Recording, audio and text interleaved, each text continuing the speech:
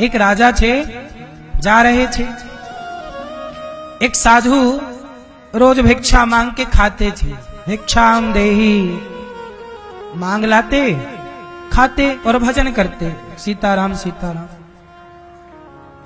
आज उनकी गली से राजा गुजरा तो साधु जी बोले कि चलो आज की भिक्षा हम राजा से मांगते।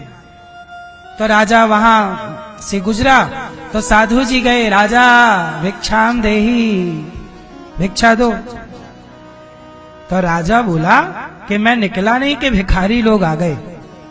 कई बार आप लोग परेशान हो जाते हो ना भिखारियों से। जहां गाड़ी खड़ी हुई चौराहे पे, वहीं आ जाते हैं लोग, भैया दे दो दे दो। कांच खोलने का मन भी नहीं करता आपका। कई बार राजा भी परेशान। राजा से मांगने वाले बहुत। साधु पहुंच गए, राजा भिक्षा। तो राजा गुस्सा हो गया और तभी वहां पर घोड़े की लीद, राजा का रथ था, घोड़ा ने लीद की। जैसे गाय का गोबर होता है ऐसे घोड़े की क्या होती है, गाय के गोबर बोला जाता है, गोबर। ऐसे घोड़े की लीद पड़ी थी। तो राजा ने भिक्षा में वो एक तसला लीद दे दी। लो, साधु जी बोले चलो आज घोड़े की लीद मिली है। ले गए साधु, अपनी कुटिया के आगे डाल दिया कि राजा ने दिया है।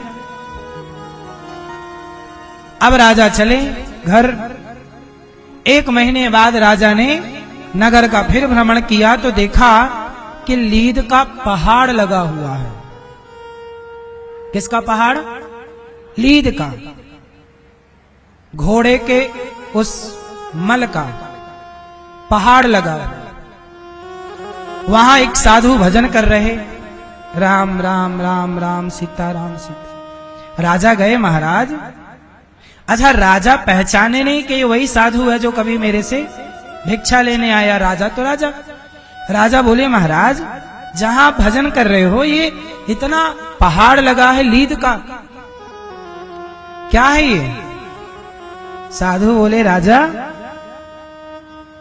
ये सब लीद है। कहां से आई इतनी? हमारे यहां तो इतना घोड़ा है ही नहीं, कितनी लीद हो? महाराज आपने हमें भिक्षा में लीद दी और व्यक्ति जो देता है उसका वही कई गुना बढ़ता है। तुमने अन्न दिया होता, अन्न बढ़ता, धन दिया होता, धन बढ़ता। तुमने हमें भिक्षा में लीद दी, तुम्हारा क्या बढ़ रहा है? ये तुम्हारे राज्य में लीद, और एक दिन इस लीद में तुम्हारा सारा राज्य डूब जाएगा। अब तो राजा घबराए, महाराज क्षमा करो, हमसे बड़ी गलती हो गई, हमने आपका अपमान कर दिया। अब ये बताओ ये लीद कैसे समाप्त हो? तब राजा से संत जी ने कहा कि यदि तुम्हारी कोई निंदा करे, तुम्हारी क्या करे? यदि कोई निंदा करे और निंदा सुने तो तुम्हारा ये सारा पाप समाप्त हो जाएगा। ये पाप है तुम्हारा, और ये लीद तुम्हें ही खानी पड़ेगी गोबर का कीड़ा बनके। अब तो राजा डरा, क्या करूं क्या करूं? बोले निंदा। अब राजा बोले कैसे निंदा हो? प्लान बनाया कि गांव में एक पंडित जी थे, उनकी एक जवान लड़की थी। उस जवान लड़की को राजा ने अपने रनिवास में रखा। जहां रानी रहती थी उसकी जवान लड़की को। अब पंडित जी गए कि महाराज मेरी लड़की आपके यहां आई थी आज सवेरे, अब वापिस करो, शाम हो गई। तो राजा ने नहीं लौटाया, नहीं तेरी लड़की अब हमारे पास रहेगी। अब तो पंडित जी बोले राम राम, राजा की नीयत खराब हो गई। अच्छा राजा उस लड़की को अंदर तो रखा था, पर वो सुरक्षित रखा था अपनी बेटी की तरह। लेकिन वो पंडित जी को बोल दिया कि नहीं, अब वो हमारी है, जा। अब पंडित जी गांव में जाके, भैया राजा बड़ा पापी है, हमारी जवान बेटी को रख लिया। अब भैया पूरे नगर में राजा की क्या होने लगी, निंदा। और राजा चाहता भी यही था कि लोग हमारी निंदा करें। अब सारे ऐसी बातें तो कानों कान फैलती हैं, अरे राजा तो बिगड़ गया, वो फलाने की जवान बेटी रख लिया। अब जहां चौराहे नुक्कड़ घर पे लोग बैठे राजा की बुराई करें, सुने भी और बोले भी, एक बोले दूसरा सुने। राजा को सुना तुमने, अरे राजा तो बिगड़ गया, जवान लड़की को रखा है, फलाने की लड़की को, रात को लौटी नहीं, बड़ा दुष्ट राजा है। अब सारे बुराई करने लगे। 10 दिन के अंदर राजा फिर वापस गया तो देखा कि वहां जो लीद का पहाड़ था समाप्त हो गया। राजा बोले, महाराज ये लीद कहां गई? बोले, जिन जिन ने तुम्हारी निंदा की है सारा उनके खाते में चली गई, पर एक तसला अभी बची है। कितनी बची है? एक तसला, एक तगाड़ी बची है, ये तुम्हें खानी पड़ेगी गोबर का कीड़ा बनके। गोबर का कीड़ा होता है ना काले कलर का, वो गोबर खाता है, ये बनना पड़ेगा तुम्हें। राजा बोले, महाराज कैसे करूं? बोले, तुम्हारे नगर में सबने तुम्हारी बुराई की, पर एक बाकी है, कोई एक मैया है, उसने तुम्हारी बुराई नहीं की। यदि वो तुम्हारी बुराई करे तो ये लीद भी खत्म हो जाएगी।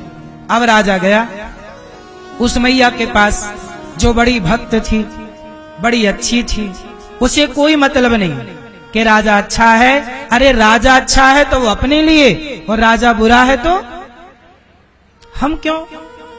हमने देखा क्या कि राजा ने उस लड़की के साथ कुछ गलत किया? देखा किसी ने नहीं, बोला सबने। कई बार आप सच को जानते नहीं हैं पर आप बोलते हैं। अब हुआ क्या कि राजा गए रूप बदल के गए और मैया से बोले, अरे मैया तुझे पता है अपने राजा ने फलाने की जवान लड़की को रखा है। कई दिन हो गए। वो मैया बोली, अरे भैया सुन, रखा है तो मैं क्या करूं, चल बैठ, शाम हो गई, भजन कर भगवान का। राजा कई बार प्रयास किया पर उस माता ने एक बार भी बुराई की, उसका मन बुराई में, निंदा में गया ही, ना सुना ना तो बोला। राजा ज्यादा बहुत बात करने लगे, बोले चुप हो जा। अच्छा, जब बार बार राजा बोलने लगे तो मैया समझ गई कि यही राजा है।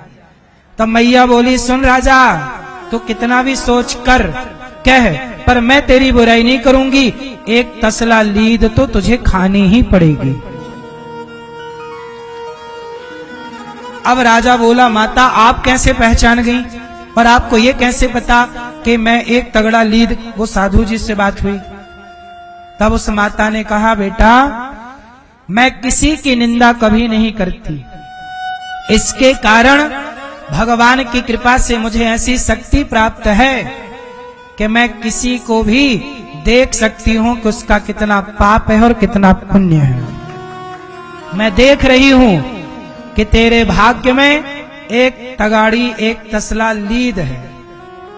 तूने कोई पाप नहीं किया आज तक, पर तूने किसी संत को भिक्षा में तूने अन्न दिया होता तो तेरा अन्न बढ़ जाता, पर तूने क्रोध में आकर एक संत का अपमान कर दिया और उसे घोड़े की लीद दे दी। कोई साधु लीद खाएगा क्या? कोई तुम्हारे घर भिक्षा मांगने आए और तुम उसे गोबर दे दो, लीद दे दो, ये क्या धर्म है तुम्हारा? तुम राजा हो, क्या ये तुम्हारा धर्म था? अब तुमने राजा हो के पाप किया है तो पाप भोगेगा कौन? अब तुम्हें अगले जन्म में वो एक तगाड़ी लीद फिनिश करने कीड़ा बनना पड़ेगा, कोई चारा नहीं।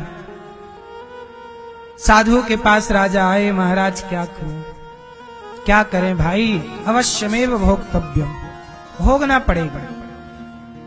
तो चलो सारा पाप तो खत्म हो गया ना, एक पहाड़ बन गया था। इसलिए जब आप किसी की चुगली, बुराई, निंदा करते हो तो उसका पाप आपके सिर पर आ जाता है और आप भोगते हो उसका पाप। राजा का पाप किसने भोगा? प्रजा ने। सबके खाते पे एक एक तगाड़ी आ गई। इसलिए हमें क्या फायदा, कोई गलत है तो है, सही है तो है, हमें क्या करना।